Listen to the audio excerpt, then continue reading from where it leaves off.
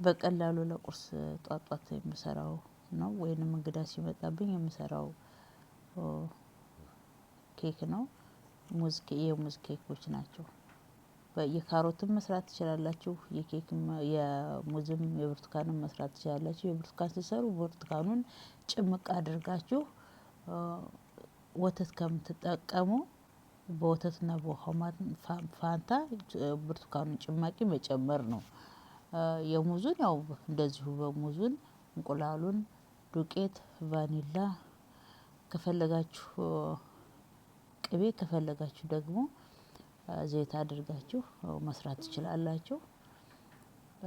መፍጫ ካላችሁ ደግሞ በጣም ቀላል ነው። መፍጫ ካላችሁ ሁሉንም ነገር መጨመር የምትፈልጉትን አንዴ ትፈጩትና ከዛ ከፈለጋችሁ በኦቭን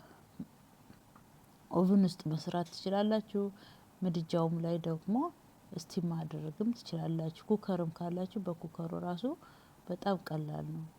እንግዳ አሁን ሲመጣባችሁ እንግዳ ሲመጣ ጭምር አድርጋችሁ ሁሉንም ነገር የምትፈልጉትን አሁን ለምሳሌ የሙዝም ከሆነ ሙዙን እንቁላሉን ከፈለጋችሁ ቅቤ ከፈለጋችሁ ዘይት ታደርጉና ዱቄቱን ቫኒላውን የኮኮናት ምንድነው ቾኮሌት ፓውደር ካላችሁ ቾኮሌት ፓውደሩንም ካልፈለጋችሁም አለማድረግም ትችላላችሁ።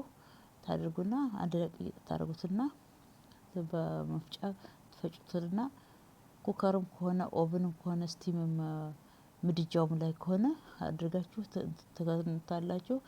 ቡናችሁ ሻያችሁ እስከሚፈላ እንግዳችሁን እያጫወታችሁ ከዛ ፊኒሽ የ15 ደቂቃ 20 ደቂቃ ምግብ ማብሰል ማለት ነው።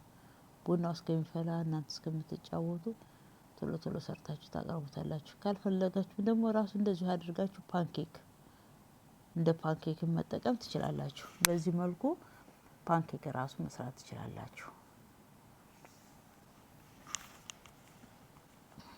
ከወደዳችሁት ላይክ እና ሼር አድርጉት።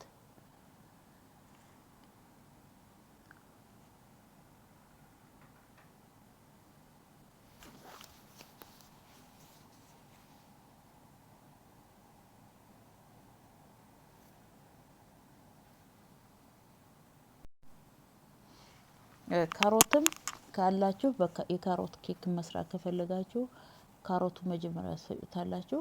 ከዛ እንቁላሉን ካሮቱን ታረጉና በደንብ ትፈጩታላችሁ። ከዛ በኋላ የምትፈልጉትን ኢንግሪዲየንት ኦፍ ኮርስ ቫኒላ ቤኪንግ ፓውደር ዱቄት ከፈለጋችሁ በተር ከፈለጋችሁ ኦይል ከዛ እንቁላል እንደመጠናችሁ ኦኬ። ምን ጊዜም እንቁላል አታብዙ ኬክ ላይ እንቁላል ኬክ ላይ ከበዛ ሶፍት ያደርገዋል ግን እንትን ያመጣል ብዙም ጠረን ያመጣል። ራሱ ሲመጥ ነው ቆንጆና በካሮት መስራት ትችላላችሁ። በብርቱካን መስራት ትችላላችሁ። ማንጎ መስራት ትችላላችሁ። ማንጎን ፈጭታችሁ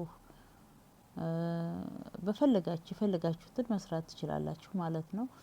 እንደ ፓንኬክ ማድረግ ትችላላችሁ። ከፈለጋችሁ ኬክ ስቲም ኬክ ማድረግ ትችላላችሁ። በኦቭን ውስጥም በምድጃም ኩከርም ካላችሁ በኩከርም መስራት ትችላላችሁ። በጣም ቀላል ነው። ቤት ውስጥ ለልጆቻችሁ ቁርስ መስራት እንግዳ ሲመጣ ለቡና ለሻይ ለማድረግ ከፈለጋችሁ በግማሽ ሰዓት ውስጥ ራሱ የሚደርስ ኬክ ማለት ነው።